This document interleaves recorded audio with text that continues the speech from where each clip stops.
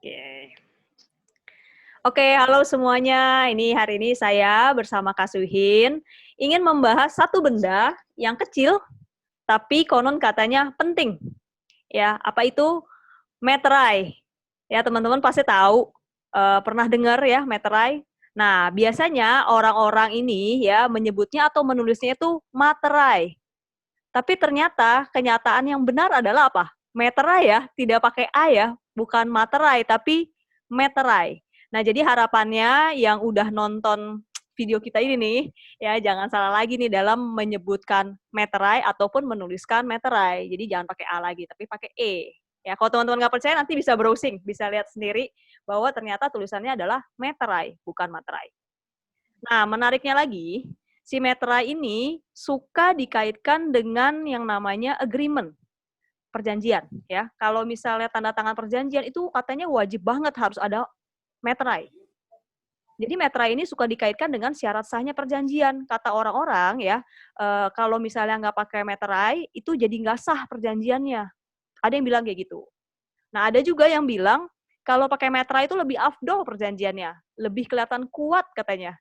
Terus lebih apalagi lebih lebih kuat, lebih keren, pokoknya lebih mengikat. Nah, padahal secara hukum kalau kita lihat di syarat sahnya perjanjian di pasal 13, 20 KUH Perdata ya, itu jelas 4 syarat sahnya perjanjian itu yang pertama apa? Itu adanya kata sepakat ya. Jadi kesepakatan antara para pihak untuk mengikatkan dirinya. Nah, yang kedua adanya kecakapan ya, kecakapan para pihak. Nah, yang ketiga apa? Ada hal tertentu. Dan yang keempat adalah suatu sebab yang halal. Jadi nggak ada tuh ngomongin soal meterai itu menjadi syarat saya perjanjian. Nah, um, ngomong-ngomong soal meterai, nah saya bersama Kak Suhi nih si ahli pajak ingin membahas sedikit tentang meterai. Apa sih itu meterai? Ya, untuk apa fungsinya? Nah, sekarang kita dengerin pemaparan dari Kak Suhin mengenai apa sih itu meterai. Silakan Kak.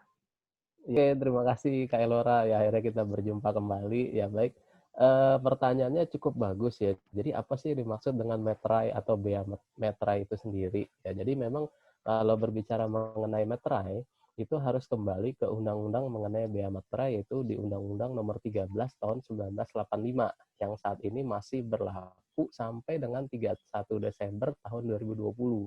Karena nanti di 1 Januari 2021 itu Undang-Undang Bea Meterai memang sudah diubah dengan menggunakan Undang-Undang Nomor 10 Tahun 2020. Nah, berkaca dari kedua undang-undang tersebut, memang bisa kita lihat definisi dari bea meterai itu apa sih?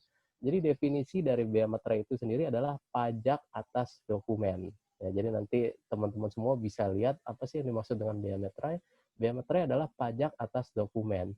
Nah, sedangkan meterainya itu sendiri definisinya apa? Nah, meterainya itu sendiri adalah alat untuk membayar pajak dokumen tersebut.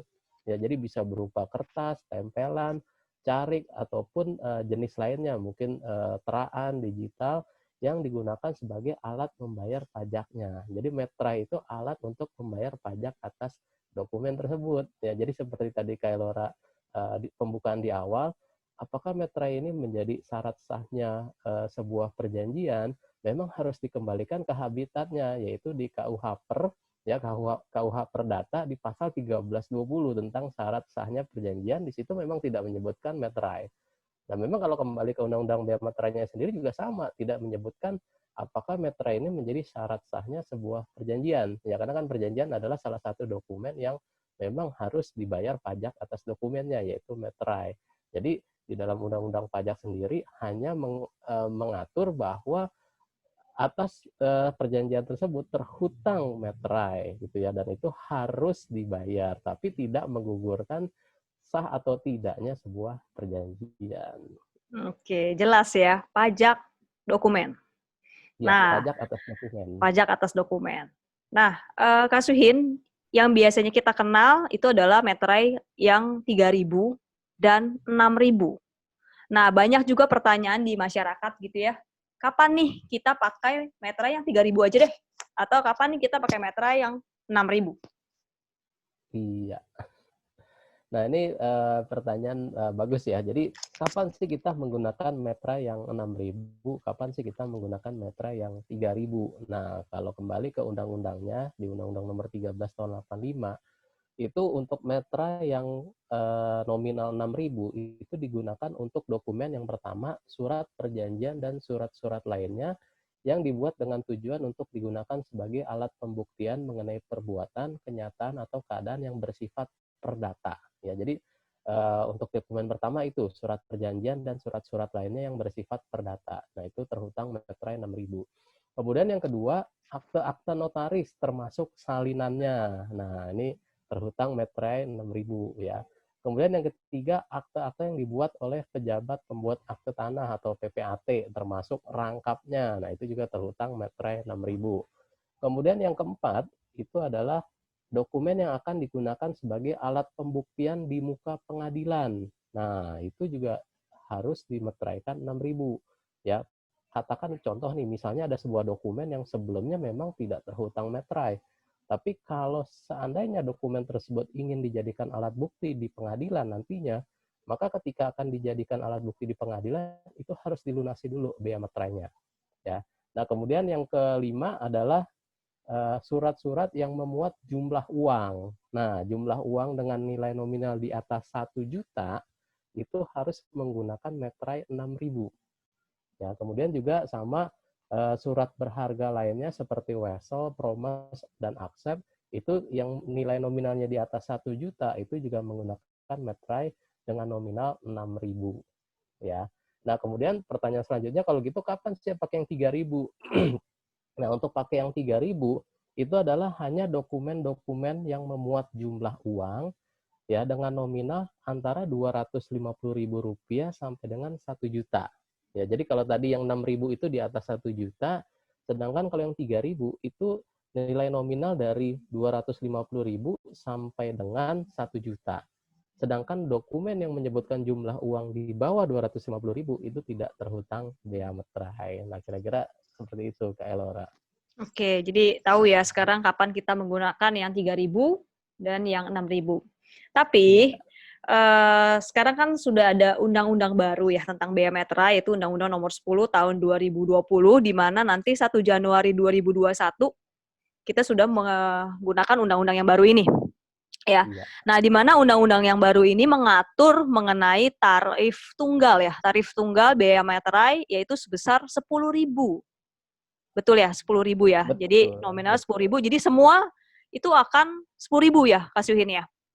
Betul, Mau yang 10.000. nominalnya 1 juta ke atas ataupun 1 juta ke bawah, berarti kita menggunakan yang 10.000 kalau mengikuti aturan di Undang-Undang Nomor 10 Tahun 2020 tentang bea meterai ini. Nah, ini baru sampai sini baru saya jelaskan lebih lanjut ya, Kak Elora. Jadi untuk di undang-undang baru nanti memang kita akan menggunakan tarif tunggal 10.000 ya. Latar belakangnya apa sih kita memakai tarif tunggal 10.000? Satu, untuk kepraktisan dunia usaha ya. Jadi kadang-kadang nih di dunia usaha bingung ya. Ini saya pakai yang 6.000 atau pakai yang 3.000. Nah, sekarang oleh pemerintah dipakai tarif tunggal 10.000. Kemudian yang kedua, sebenarnya gini, untuk yang materai 10.000 ini nanti tentu dokumen-dokumen yang akan digunakan juga ada perubahan ya. Ada perubahan yang akan dikenakan dari meterai yang 10.000. Kalau sebelumnya tadi kalau meterai yang 6.000 untuk nominal 1 juta itu terhutang meterai yang 6.000 ya, sedangkan untuk 250.000 sampai dengan 1 juta 3.000. Nah, sekarang karena tarifnya tunggal dan dikenakan meterai dengan nilai nominal 10.000, maka dokumen yang terhutang bea meterai adalah dokumen yang di atas 5 juta. Nah, jadi memang tarifnya naik.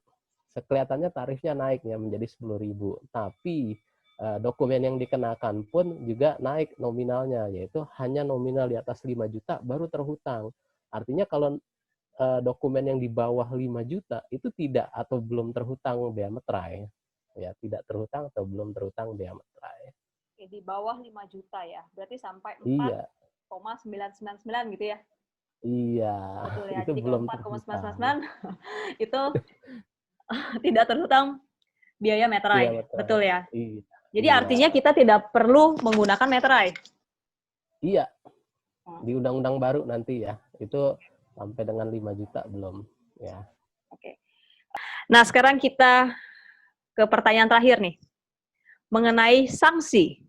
Nah, ada nggak sih sanksinya bagi pihak yang lupa, lalai, ataupun sengaja tidak menggunakan meterai, ataupun membayar biaya meterai ya, atau pihak yang mengedarkan atau menggunakan meterai palsu? Oke, nah kalau berbicara mengenai sanksi, ini memang antara undang-undang yang lama dengan undang-undang yang baru ini ada sedikit perubahan ya.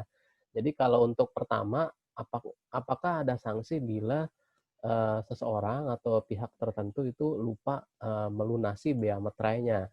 Nah, untuk sanksi ini, baik undang-undang lama maupun undang-undang baru itu mengaturnya sama.